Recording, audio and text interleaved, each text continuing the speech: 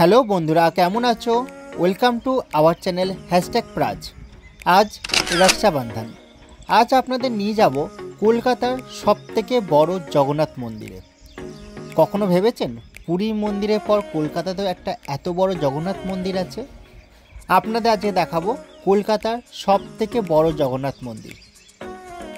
যথারীতি আমরা সকাল সকাল রেডি হয়ে বেরিয়ে পড়লাম জগন্নাথ মন্দিরের উদ্দেশ্যে। আমরা যাচ্ছি নিউ টাউনের বিশ্ব বাংলা সরণি হয়ে, আর অ্যাকচুয়ালি মন্দিরটা নিউ টাউনেই পড়ছে। তো আপনারা কিভাবে যাবেন এবং আপনাদের যে রুট গাইড এবং কী করতে হবে এখানে যেতে হলে সেই সম্পূর্ণ ডিটেলস আমরা জানিয়ে দেব। তার আগে বলবো, ভিডিওটি সম্পূর্ণভাবে দেখার আগে চ্যানেলটিকে সাবস্ক্রাইব করে দিন এবং দেখবেন একটি বেল আইকন আছে, সেখানে ক্লিক করে দেবেন যাতে পরবর্তী ভিডিও নোটিফিকেশান আপনাদের কাছে পৌঁছে যায়। এই হলো হ্যাঙ্গিং রেস্টুরেন্ট। এটা হচ্ছে নারকেল বাগানও বলা হয়। আপনারা যদি আসেন বাসে করে, যদি কোনো কারণে আপনারা এখানে নামেন, তাহলে আপনারা বাঁ দিকে চলে যাচ্ছে হচ্ছে ইকো পার্ক। আপনাদের বাঁ দিকে যাবেন না, আপনারা এই রাস্তাটা ধরে একদম স্ট্রেট যাবেন। আপনাকে কারিগরি ভবন বলতে হবে, কারিগরি ভবন আপনাকে যেতে হবে। অটো যায় এখান থেকে, লেফট সাইডে অটো আছে, অটো আপনি পেয়ে যাবেন।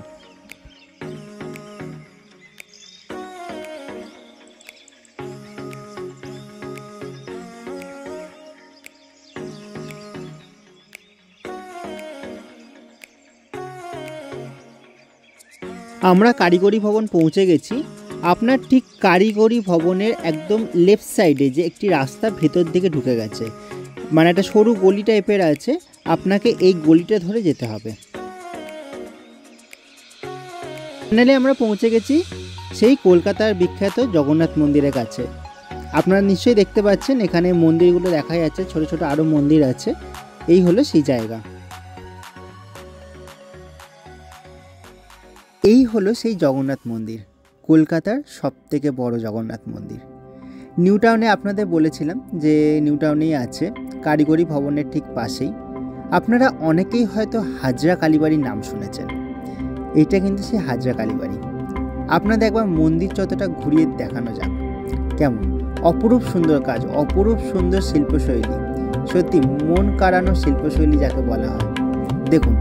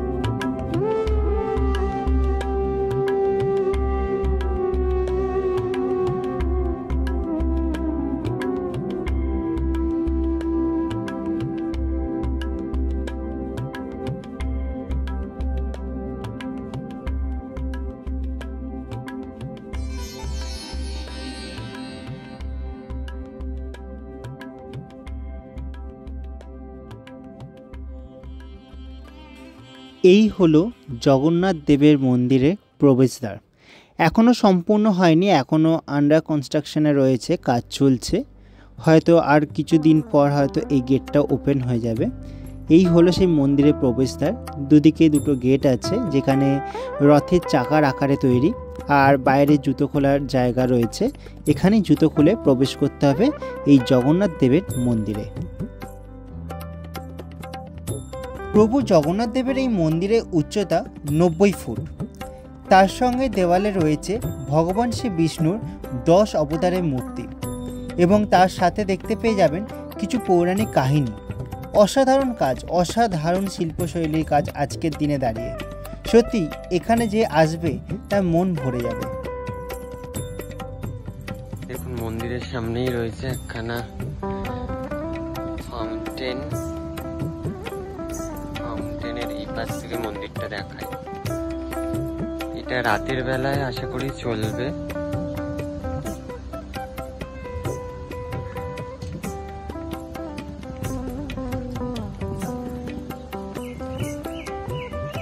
এটা হলো মন্দিরটা। আশেপাশে পুরো গ্রিনারিতে ভর্তি। বিশাল বড় একটা জায়গা। আমার মনে হয় কলকাতায় এত বড় জগন্নাথ মন্দির আর কোথাও নেই। তোমাদের যদি জানা থাকে প্লিজ কমেন্টে জানিও। আমি কাছ থেকে দেখাচ্ছি মন্দিরটা আরো। পেছন দিকে সূর্যটা উঠেছে, দেখো কি সুন্দর আসছে।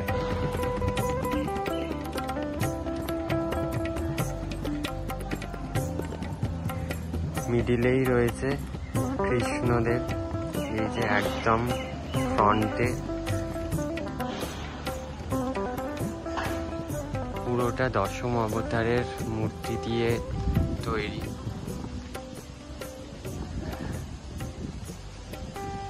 একটু কাছে গিয়ে দেখাই।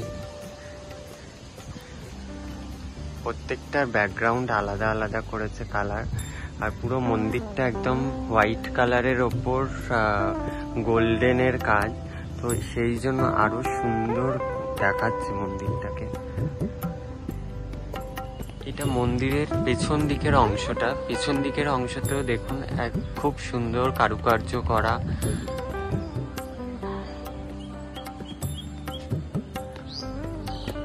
আমি আস্তে আস্তে সামনের দিকটায় দেখাচ্ছি। পুরো মন্দিরটা জুড়ে এরকম ছোট ছোট মূর্তি দিয়ে কারুকার্য করা। পুরোটা দশম অবতারের রূপ।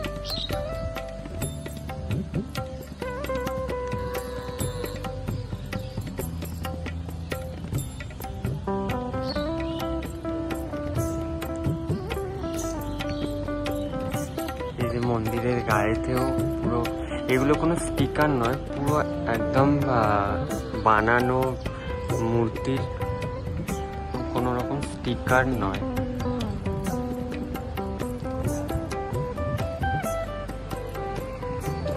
সাইডটা দেখুন, এই সাইডেও ছোট ছোট মূর্তি দিয়ে পুরোটা ডেকোরেট করা।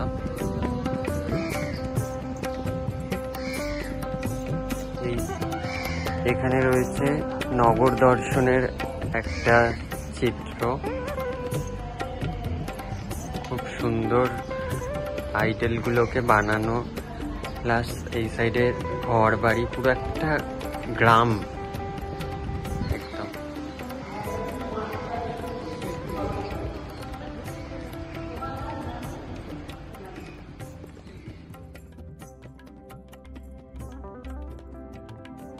এই হলো মন্দিরে ঢোকার আগে সিংহদুয়ার। দুদিকে দুটো সিংহ আছে।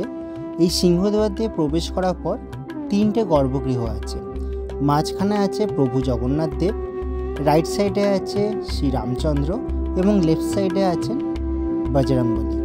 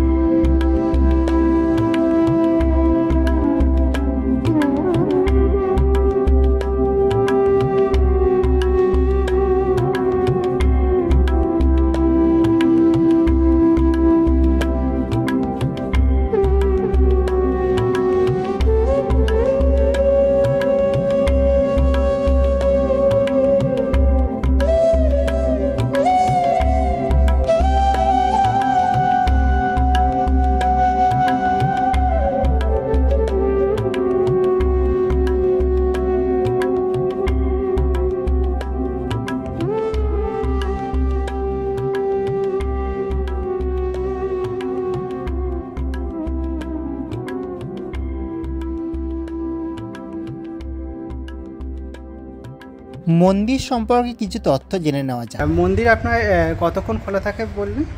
মন্দির ধরুন 6:30 6টার মধ্যেই খুলে দেওয়া হয় গেট টেটগুলো।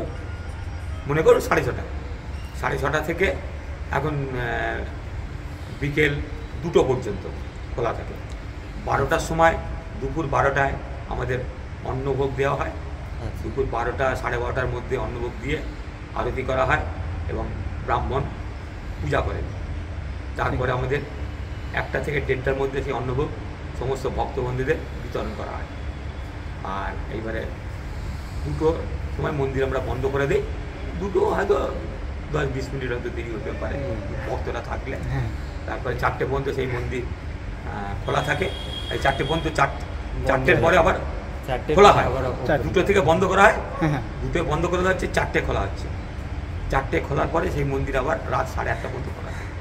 4টে থেকে রাত 8:30। আচ্ছা, এরকম কোনো দিন আছে যে মন্দিরটা বন্ধ থাকে বা এরকম কিছু? না, মন্দির প্রত্যেক দিন খোলা হয়।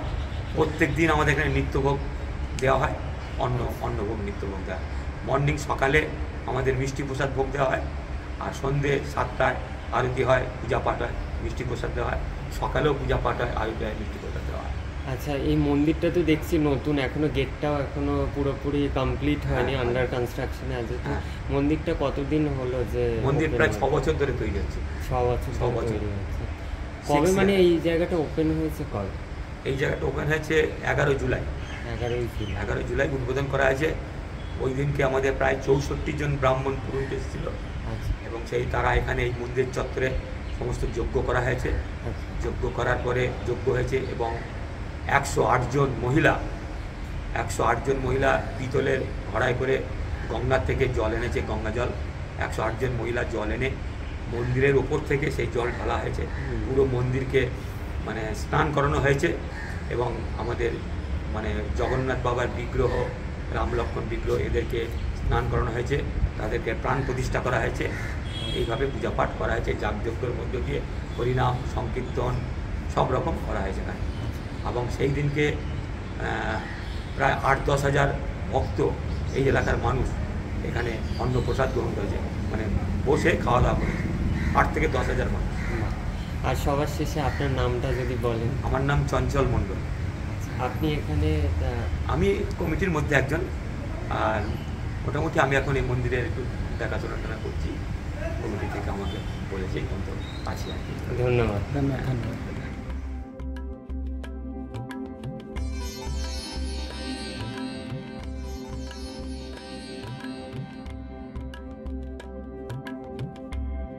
আরও নতুন নতুন ভিডিও পেতে চ্যানেলটিকে সাবস্ক্রাইব করবেন এবং বেল আইকনে গিয়ে ক্লিক করে দেবেন, যাতে নতুন নতুন ভিডিওর নোটিফিকেশান আপনাদের কাছে পৌঁছে যায়।